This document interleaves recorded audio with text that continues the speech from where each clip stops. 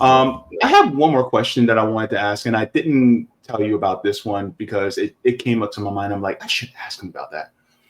So in the last month, of course, there was a CEO that got murked. And so your thoughts on the whole situation of the alleged shooter Luigi Mangione and the murder of health United Health Care CEO Brian Thompson.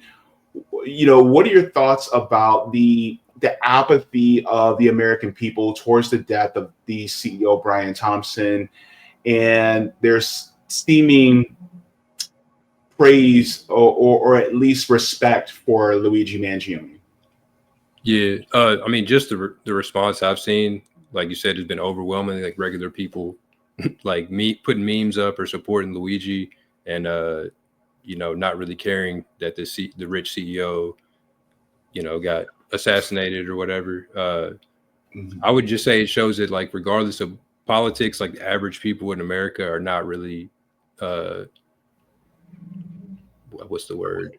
Don't look favorably toward the way that these healthcare CEOs and just CEOs in general have been doing American people. People have horror stories about losing everything, trying to pay medical bills, losing family members because they couldn't afford medical bills. So just, I feel like people don't really have sympathy for the CEO that was making all this money. And I think he even had some kind of scandals behind his name, or like some things that people were looking into, maybe like embezzling money, or I don't know exactly, but you know what I'm saying?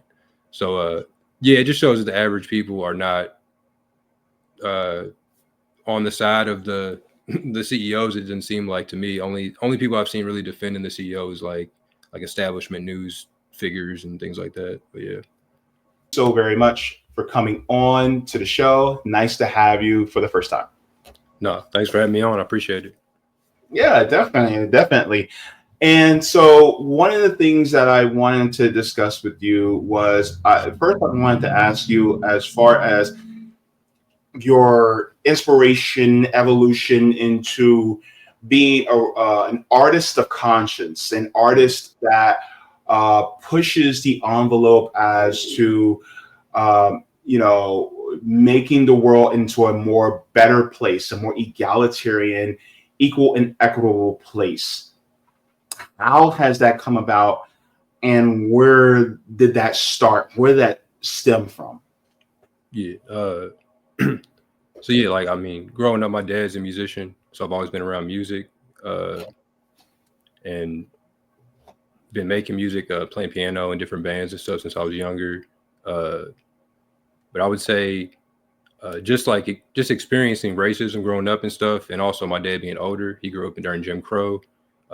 Just things that he showed me and taught me and stuff, definitely instilled like a very like a strong racial consciousness. You know what I'm saying? And just like and I would say going on to, like, when I went to college, just got more into studying history. I'd always been into Black history, but just really getting into like studying Black movements in Africa and America, et cetera, the history of slavery, and how just the effects that still exist today in our condition, and as Black people in the U.S. as a result of slavery and Jim Crow.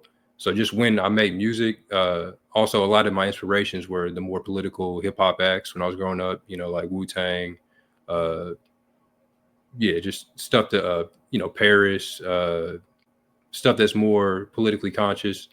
And when I write music, I just naturally put in, some of that political content in there without trying to making it sound too preachy. You know what I'm saying? Still making like music you can ride to, but it still has messages, information in there. The last couple albums I've been making bibliographies with the albums, so that like all the references are like books or speeches or whatever is accessible to people listening to the music and want to maybe learn more about the topics I'm talking about.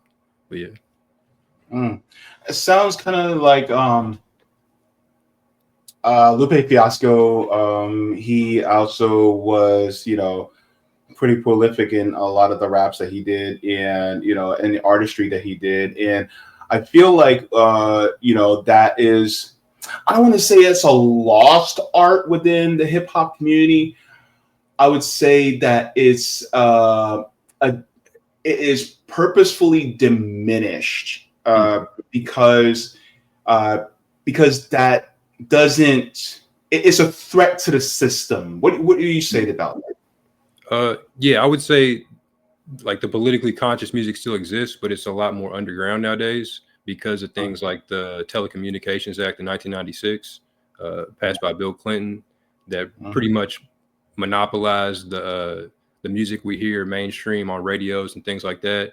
Because before 96, from what I've like read and studied, I'm not, I wasn't making music back in the early 90s or anything. But yeah, before then, the radio stations locally had like their own distinct flavor.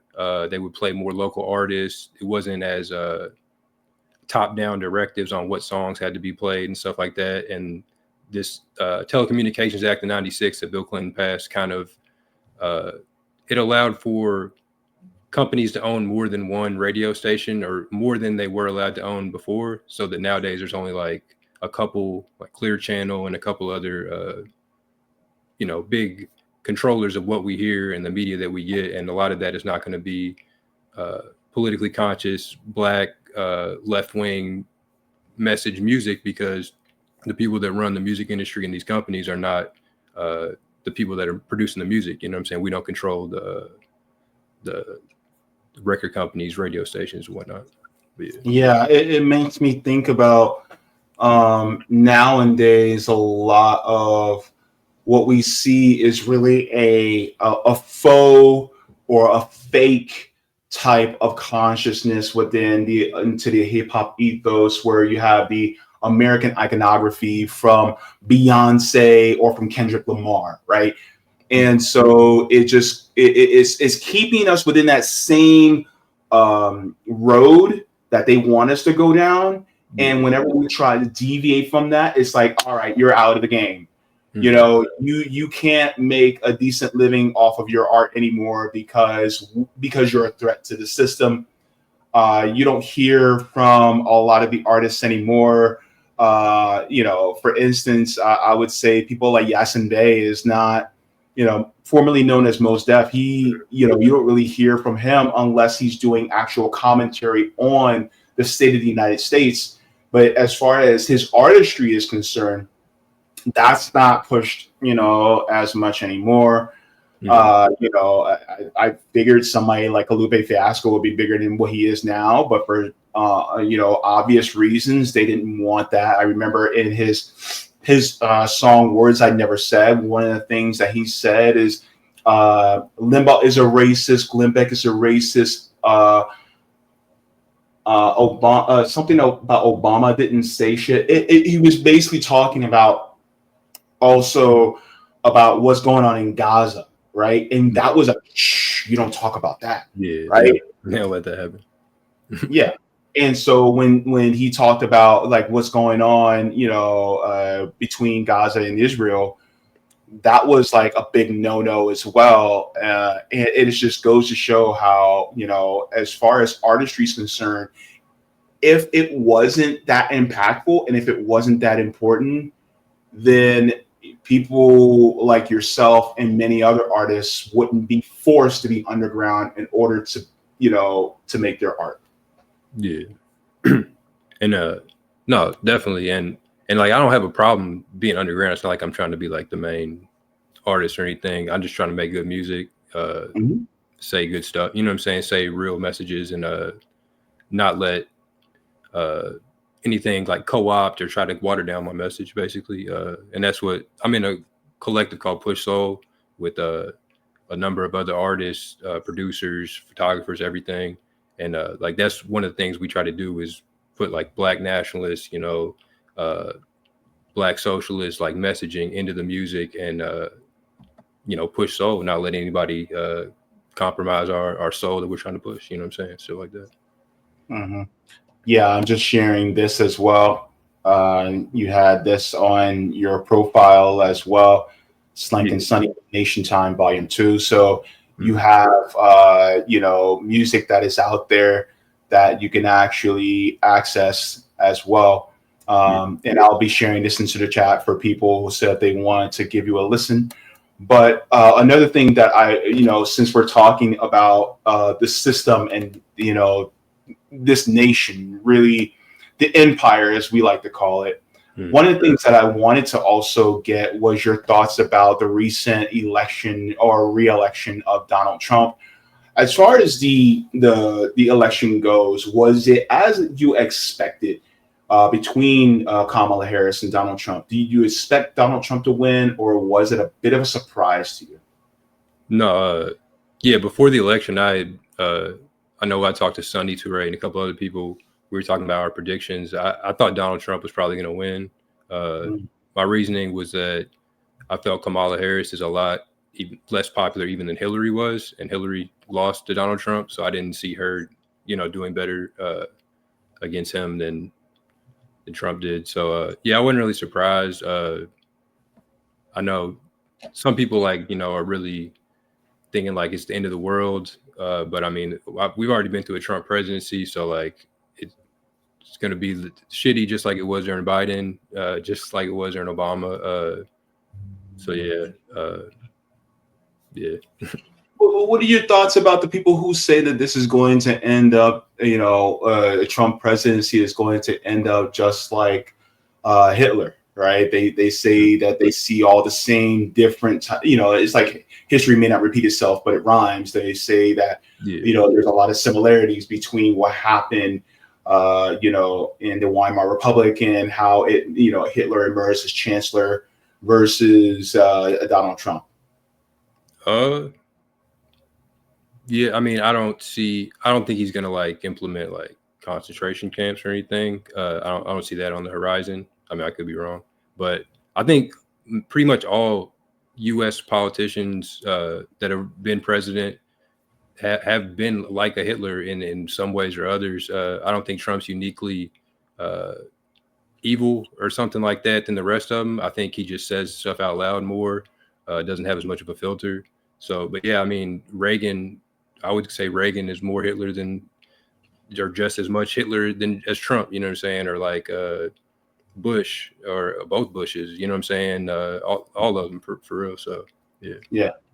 So in your thoughts, what is your perspective on, because there was a larger contingent of the Black community that actually ended up voting for Trump.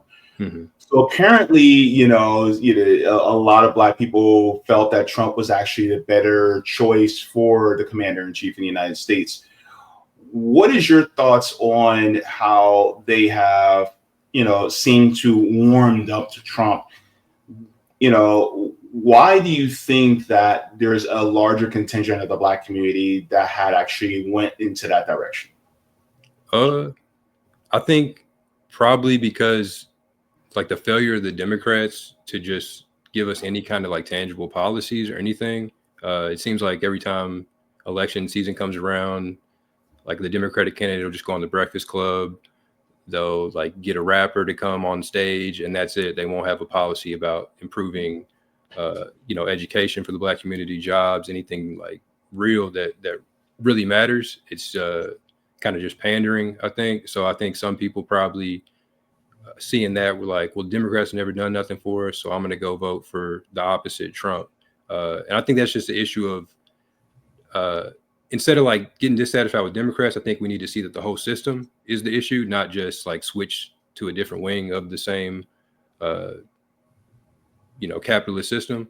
But I would also add too that like I've seen people try to blame specifically Black men as coming out more in support for Trump and as being like one of the reasons the election went the way it did or something like that. And I totally disagree with that because we're probably we're the most disenfranchised voting bloc.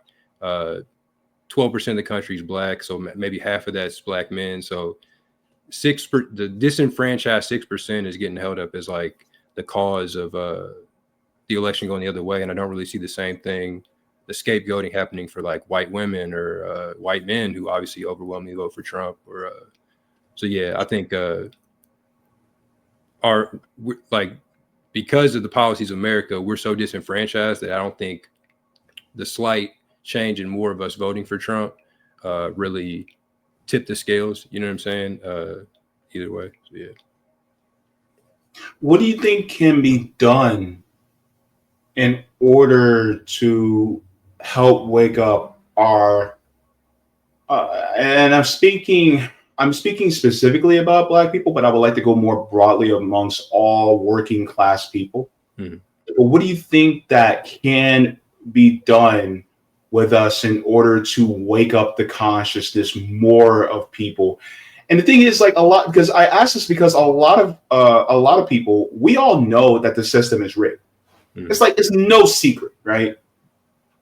But how do we get people more activated into having solidarity with each other and doing more community action along with us to change the system as it is? And you know, what do you think that we can do that? How we can do that? That's a good question. I would say definitely trying to just express to people, because people know the system's rigged, but just trying to express to them that both segments of the system, the Democratic and the Republican Party, are just two sides of the same team, and they're both not in the interest of the working class, and that the focus should be more on local issues, your community that you actually live in day to day, and starting from there, I guess, than just thinking that politics is only every 4 years voting for between two pre-selected choices, you know, just expanding politics to an everyday thing, more locally, and more issues that are actually, you know, people actually deal with day to day. Yeah, I fully agree with that, because I think that honestly, we're at a point right now where we absolutely just need to shift our focus away from, you know, both parties into more top down. And I, you know, am fully on board with that. I think this is why, you know, I'm in the independent media space. Well, technically, we're both in independent media. It's just you're in the artist version of independent media, and I'm in the information side of independent media. And I think more collaborations like this are absolutely necessary. That's why also I wanted to have you on, because I think it's important for us to amplify the voices of each other so that people will go, oh, wait, it is top versus down. So I wanted to, you know, get your thoughts on that. Also, I want to shift gears a little bit to a little bit of foreign policy, because you had shared this tweet, and I, you know, was really interested in seeing this. Now, I actually talked about this with a Momodu on Sunday on RBN, but I wanted to get your thoughts about this too, because you actually shared this regarding Burkina Faso. And you said the government of Burkina Faso already signed a new IMF agreements for millions of unsustainable loans. And so this actually goes into the first phase and the second phase of the International Monetary Fund, really just pushing for Burkina Faso to have this loan. As far as Burkina Faso is concerned, and, you know, of course, they had the coup by Captain Ibrahim Traore, you know, a couple of years back, and they're trying to decolonize, you know, the country, and they successfully have done it from the clutches of France. But is there any semblance of disappointment in this move by Burkina Faso to go running back to the West, as it were, when it comes to the IMF? Yeah, I wouldn't say, I guess, disappointment, more just like worry or concern, because like I think some people misinterpreted what I was trying to say with that on Twitter. Like, I support the governments in the AES and what they're doing, the anti-imperialist moves they made against the French, and just unifying in general under you know, federation of multiple states, move towards like Pan-Africanism, in my opinion. So it was more like seeing that because I didn't know some of this stuff until recently. I seen a post from the U.S. Embassy in Burkina Faso that posted about they were strengthening their ties with AFRICOM, the Burkina Faso military, and I was just pointing out that I like the stance they're taking toward France, but it scares me that if they allow the U.S. to try to play this benevolent, like, oh, we're not like France, guys, we never really colonized y'all, that it'll lead to not self-reliance, not a self-determination or decolonization. It'll lead to like just shuffling of new overlords. You know what I'm saying? So yeah, like the IMF loan, I don't think it's going to destroy the country or anything. Somebody like said in the comments, you know, it's not a super large loan like other countries might have taken, but it's still 90 something million. And like, I'm no like financial expert. I mean, I'm an attorney. I just passed the bar, so I'm a new attorney, but I'm not a. Congratulations. Yeah, thank you. But I'm not like I don't know the ins and outs of IMF agreements, but I know that if they are offering these loans of 90 million, that there's going to be stipulations to them. And a lot of times with IMF loans, those stipulations involve austerity measures that hurt the working people in that country, as far as healthcare, education, a number of things, social programs get cut to satisfy these IMF, loan banks and givers of the money.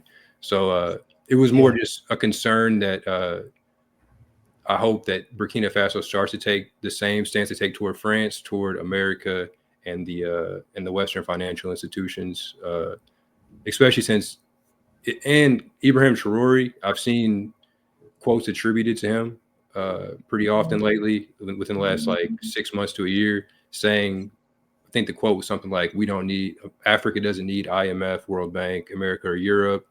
The nations that take these loans, something about making themselves enslaved. Yeah.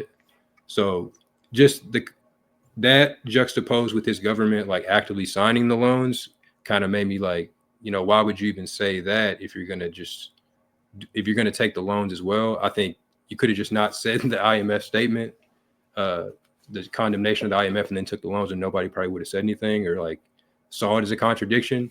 But yeah, I just think I'm just hopeful that they start taking more of the same stance toward France, toward like the US and the IMF and everything. Yeah, that's my thing. And like I was telling to Mamodu on Sunday, one of the things that I am trying to keep myself from being is I don't want to be this paternalistic American that tells the Burkinabe people what they should and shouldn't be doing. Yeah. My thought is like, and I'm not sure. I wanted to ask you this: do you think that there could have been a route for them to go in a different direction, say, towards trying to get a loan, let's say, from either Russia or China? One of the people who are pushing for a more multipolar world. Mm-hmm. Could there have been, a way for them to be able to get their liquidity for their country from either these resources? Because I know BRICS doesn't have a currency right now, but could there be some way that either Putin or Xi influences their governments in order to give a loan to the Burkinabe people so that they can, uplift their economy? Yeah, no, I think that is the way, and I think they're already doing that also with defense, cooperating more with Russia, definitely, and I think that's the way to go. Like I'm not saying that these countries, Russia and China, are only looking out or not looking out for their own interests as well, because they are, obviously, but they're going to give you better loans and better deals than the IMF, the Western governments by far. So it definitely would be better to try to just and again, I don't want to like act like I'm talking to the Burkina government like I'm an expert on this or anything, but I'm just looking as somebody who supports what they're doing, supports Pan-Africanism. I think a better step would be to, like they're already starting to do with defense, deepen cooperation with Russia, China, those other countries that aren't in that Western sphere as much, while also increasing cooperation between the other AES states. And I think one of the main things that definitely would help is gold, because they have an abundance of gold in Burkina Faso and Mali, and just as Mali's starting to do with putting out arrest warrants for those CEOs of the mining companies. I think that needs to be AES policy. They need to start, telling these mining companies, like, either you're going to deal with this more fair or we're going to just nationalize the whole thing.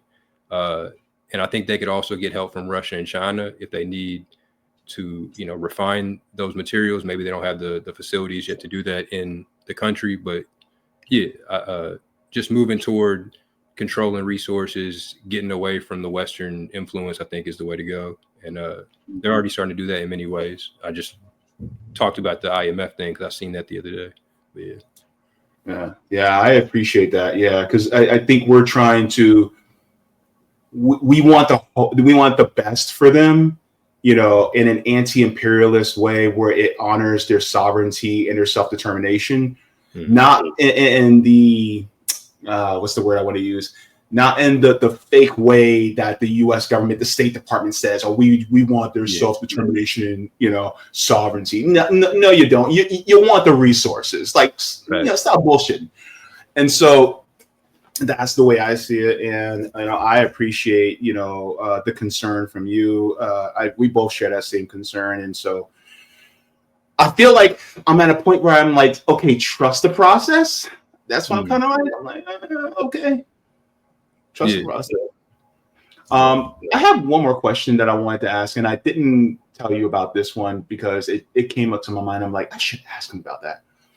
So in the last month, of course, there was a CEO that got murked. So your thoughts on the whole situation of the alleged shooter, Luigi Mangione, and the murder of Health United Health Care CEO Brian Thompson.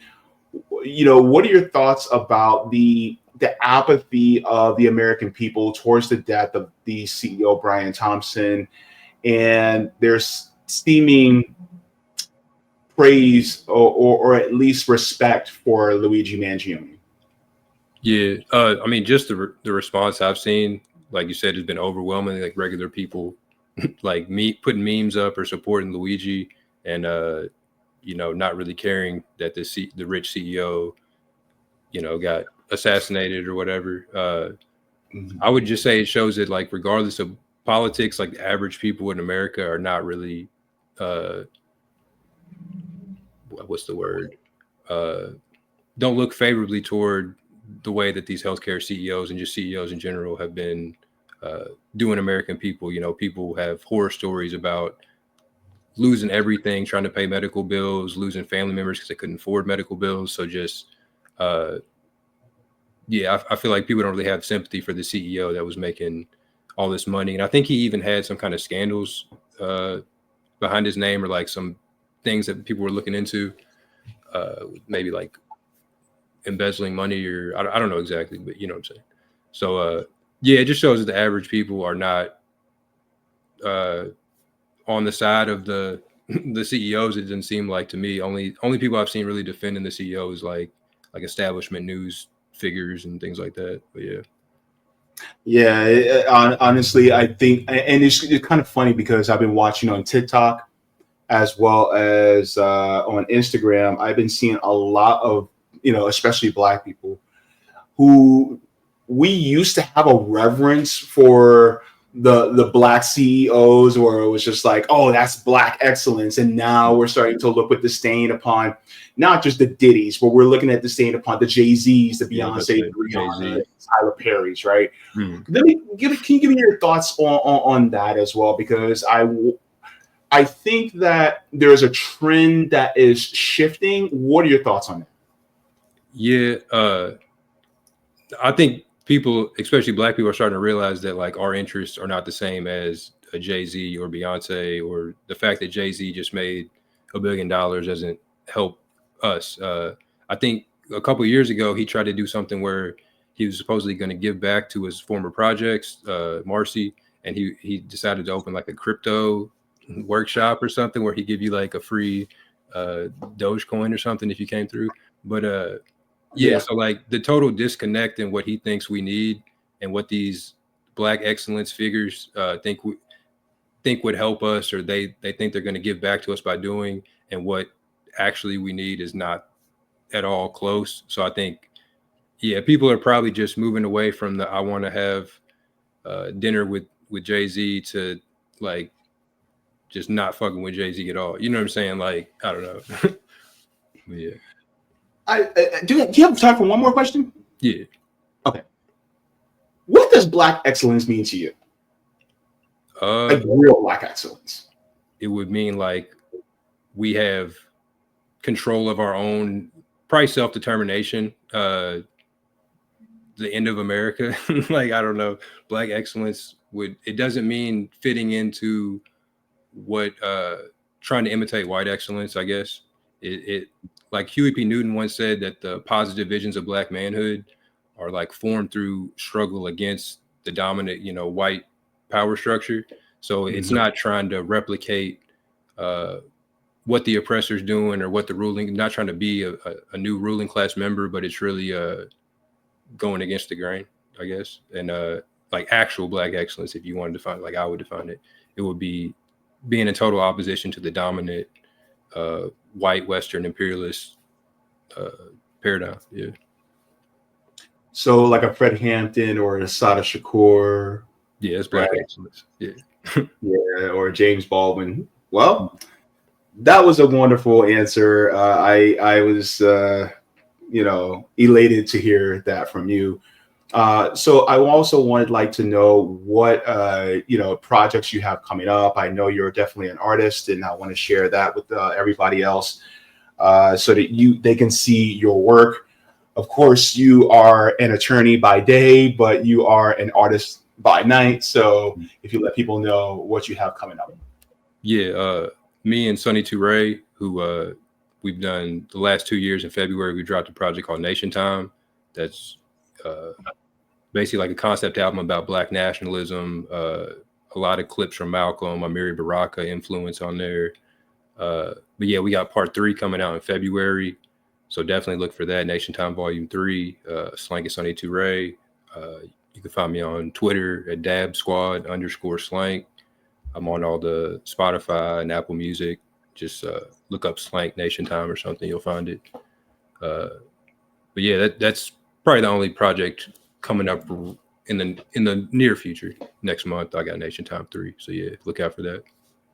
All right, man. This has been a wonderful conversation. And you know what? One of the things that I actually value is the fact that not only we can get into art, but then we can also get into politics, both domestic, geopolitics, and really chop it up, because I think that those of us who are Black especially, we have a lot of these ideas, we have a lot of these thoughts, but it's just like we're not asked about them as much. And I think it is important for us to be able to comment on these things. And I think that a lot of times we get this feeling like, well, this person is an artist, we shouldn't ask them about this. When in reality, we should, because that also informs the type of music that they put out. And it helps us delve into their mindset when it comes to the art that they make. But it also helps us to be able to go, this person is really, and to use the term in actual form, they're actually woke to what's really going on. And they're not just trying to keep us within the same system as before. So I just want to say that, first of all, I appreciate you for the work that you're doing, as well as the contributions that you're doing to our society. No, same to you, man. I appreciate you having me on. It was a great conversation, everything. Yeah, thank you so very much. Everybody go ahead and follow Slank and go and get his music. Thank you so very much. And I'll see you on the interwebs. Peace. All right, thanks. Bye-bye. All right, everybody. So that was Slank. I hope you guys enjoyed our conversation. Brilliant guy. And, there's a lot of, there's a huge amount of intelligence that's required to just be able to think as deeply and get into the art form. I'm gonna be honest with you. I don't think I'm at his level. You know, I don't think I'm at his level, man. Like, this guy is brilliant, man. And it's like, it's people like that I aspire to be like. So shit, I got some work to do. But thank you so very much for joining me, Slank, on this one. And I can't wait to have him back on again in the near future. I definitely will have him back on.